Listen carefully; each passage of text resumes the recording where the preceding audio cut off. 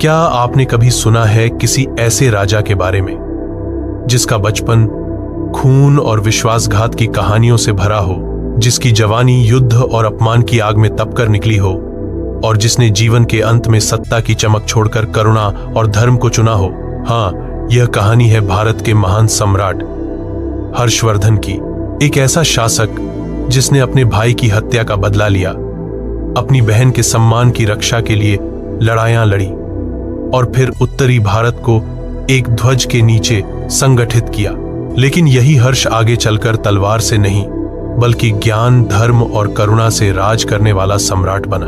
हर्ष का साम्राज्य केवल युद्ध भूमि तक सीमित नहीं था, यह ज्ञान और शिक्षा का केंद्र भी बना। उसके दरबार में कवि, विद्वान और दार्शनिक एकत्र होते। चीन का यात्री हुएनसांग जब भारत आया तो उसने लिखा, हर्ष का राज्य धरती पर स्वर्ग जैसा है। यह कहानी है रक्त और आंसुओं से भरे अतीत से उठकर धर्म और दया से सजे भविष्य तक की यात्रा की।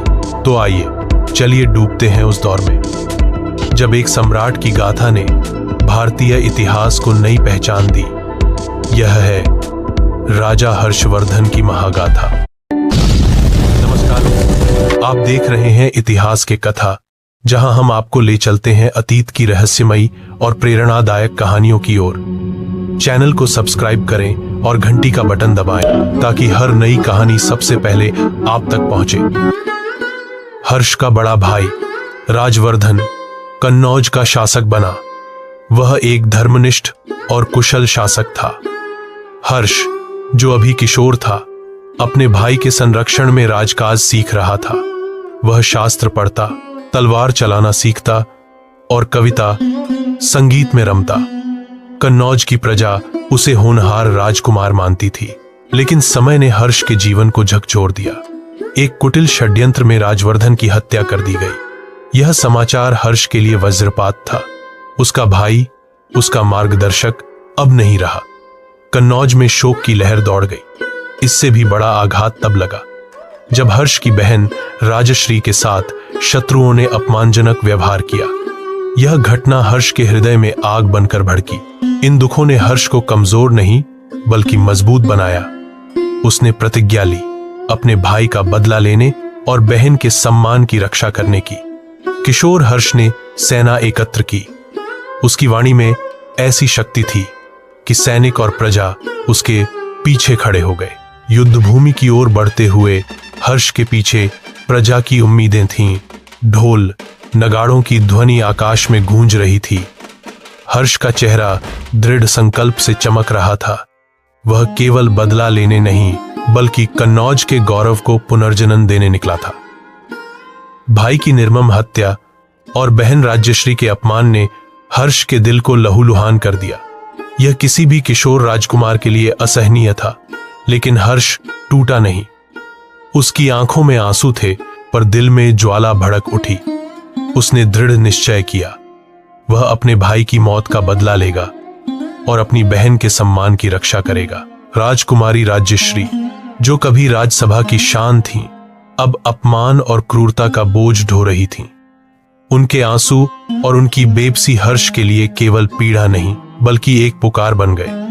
यह पुकार उसे युद्धभूमि तक खींच ले गई। हर्ष ने अपनी तलवार उठाई और शत्रुओं को ललकारा, अन्याय अब समाप्त होगा, निर्दोषों के आंसू अब व्यर्थ नहीं बहेंगे।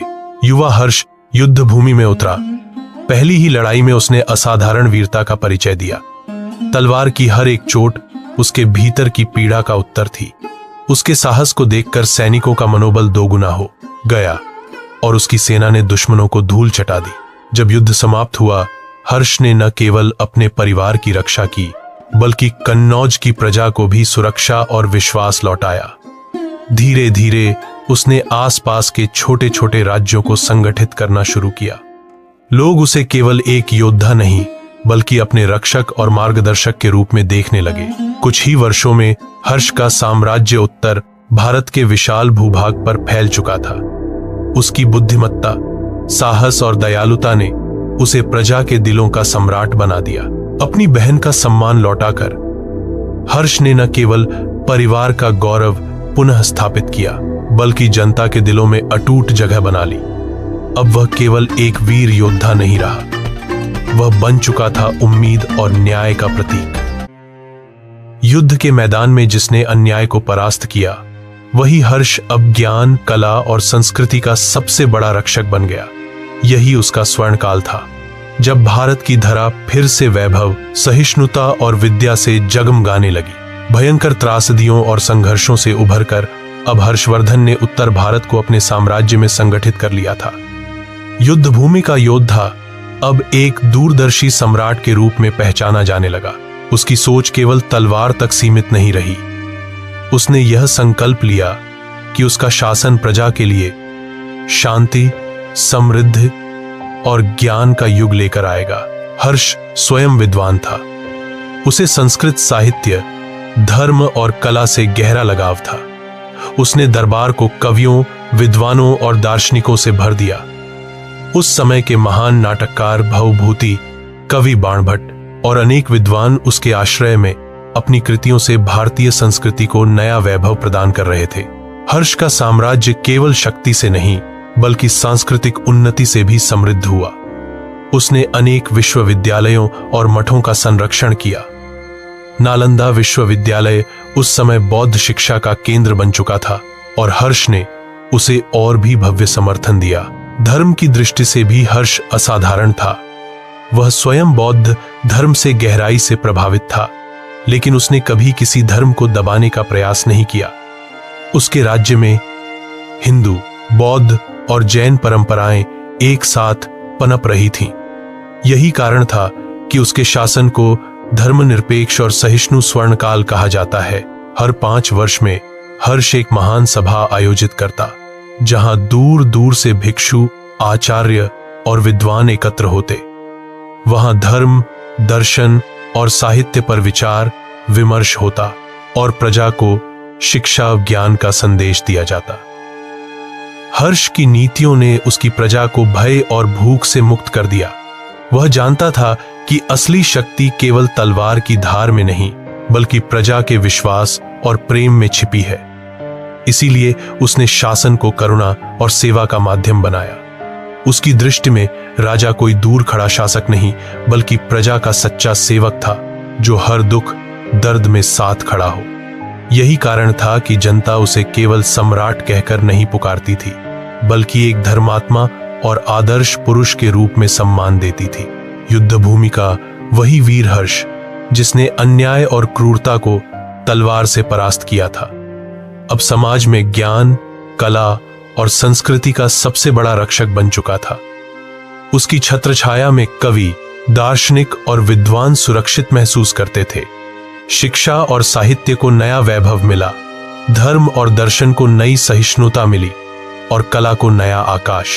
यही उसका स्वर्णकाल था, जब भारत की धरा फिर से उजियारे से भर गई। विद्या, करुणा और सहिष्णुता की किरणें दूर दूर तक फैल गईं। हर्ष ने यह सिद्ध कर दिया कि एक शासक की असली महानता उसकी तलवार नहीं, बल्कि उसकी न्यायप्रियता और करुणा होती है। उसके शासनकाल में भारत केवल शक्तिशाली ही नहीं, बल्कि आध्यात्म, संस्कृति और मानवता का प्रतीक बन गया। वीडियो देखने के लिए धन्यवाद। दोस्तों, अगर आपको यह कहानी दिलचस्प लगी हो, अगली कहानी तो इसे लाइक करें, अपने दोस्तों के साथ शेयर करें और नीचे कमेंट में लिखें अगली कहानी किस विषय पर चाहते हैं। और हां, ऐसे ही अनसुने इतिहास को जानने के लिए इतिहास के कथा चैनल को सब्सक्राइब करना न भूलें। फिर मिलेंगे एक नई रोमांचक गाथा के साथ।